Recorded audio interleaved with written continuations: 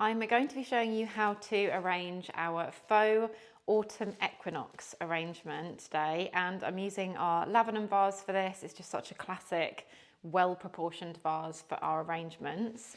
I'm going to start by using the foliage, which in this instance is our gorgeous plum Chimifuga stems and the dried limonium.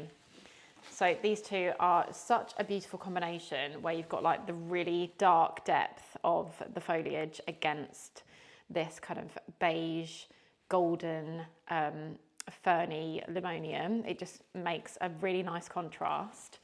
So starting with the Chimifuga, we've got 3 stems of this, and I'm going to be bending them down a little bit, so not too much, but just a touch, just to bring them down to feel a little bit more manageable. These are really abundant stems. You get tons of foliage on these. Just bending that one up an inch there, I reckon. And at the moment, they're not going to sit particularly well in the vase because we've only got 3 of them in here, but not to worry because they will start to all fill out nicely very, very soon when we get all the other stems in. So next up, I'm going to pop in the limonium. And I do often treat this kind of stem as a foliage because it's still got that lovely kind of texture to it. And I would treat a fern as if it were a foliage. So this to me is similar to that with the texture and shape that it creates.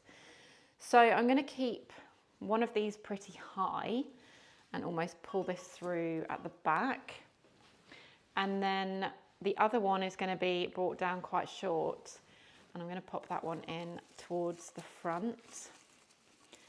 And that just allows it to kind of feel like it's all throughout the arrangement. You've got so many side shoots on this that you can pull forward, pull back, like you can do whatever shape you kind of need with them. I'm just going to face that towards me for a second so I can see how that looks from the front. You don't mind. Something like that. And then once you're happy with the shape of this section, we're then going to start with our hydrangea stems. The mulberry hydrangea stems are arguably my favourite stem in the autumn collection. These have been with us for 4 years now, and they're definitely not going anywhere. I reach for them every single season in autumn, every single year. The colours, the texture, they sound real, they feel real.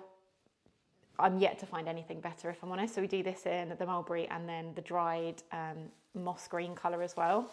But this with the plum Chimifuga is just a match made in heaven. So 3 of these are going in. The importance with these, with the arranging, is that they are all different heights and facing in all different directions so that you get that really natural feel. So one of them is going to be quite low towards the lip of the vase, just to kind of have that harmonious feel. One of them I'm going to leave at full height, facing the other way a little bit, and the other one I'm just going to take it down by about an inch and have it over the other side. So almost kind of like an off-center triangle, if that makes sense. And then we've got some beautiful filler flowers to go in. So these are just going to add loads of texture. We've got 1 dried seed head, we've got 2 dried poppy heads, and then we've got 2 burnet sprays. And these are just going to add loads of kind of movement, texture, and really kind of fill all of this out beautifully. So the seed head stem is going to go kind of centrally in the middle. And it needs quite a big bend. It's a big stem.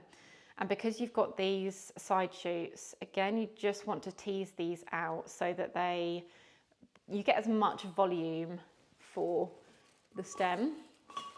So kind of right through the middle, like so.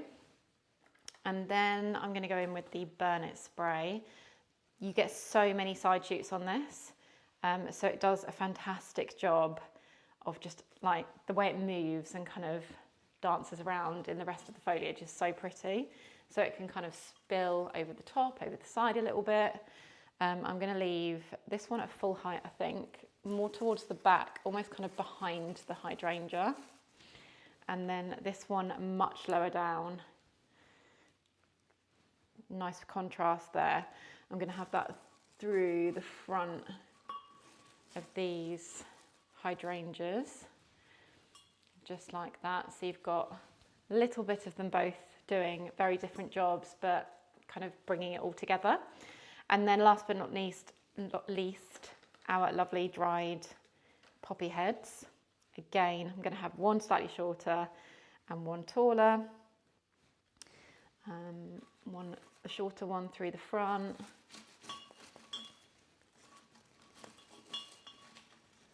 At this point, the stems, like at the beginning, we're obviously, the foliage starts to move around, but at this point, it's all much more of a kind of, you've got a real building foundation going on in there. So that's why I tend to use the smaller, thinner stems towards the end, because they are much easier to kind of intertwine into the rest of the foliage. One slightly higher in the middle-ish towards the back, just so that you've got a nice distribution there. And then really, once everything's in, it's just about taking a few moments just to see if that foliage has moved, if you're happy with its positioning. I'll turn it to face you, and what I'll actually do is I'll come round to the other side so I can see it a little bit better from a distance, because with large arrangements, when you're working on top of them, it can be quite difficult to kind of see everything. So I've got that one over there, that one facing that way. But yeah, I think I'm pretty happy with that. I like how this one's kind of coming over a little bit. And we've got some of the foliage out the top spilling around, just giving it lots of nice movement. So yeah, if you give this one a go, I've seen some of them in your homes already, so thank you so much. I would love to see, and thank you for watching, and I'll see you again soon.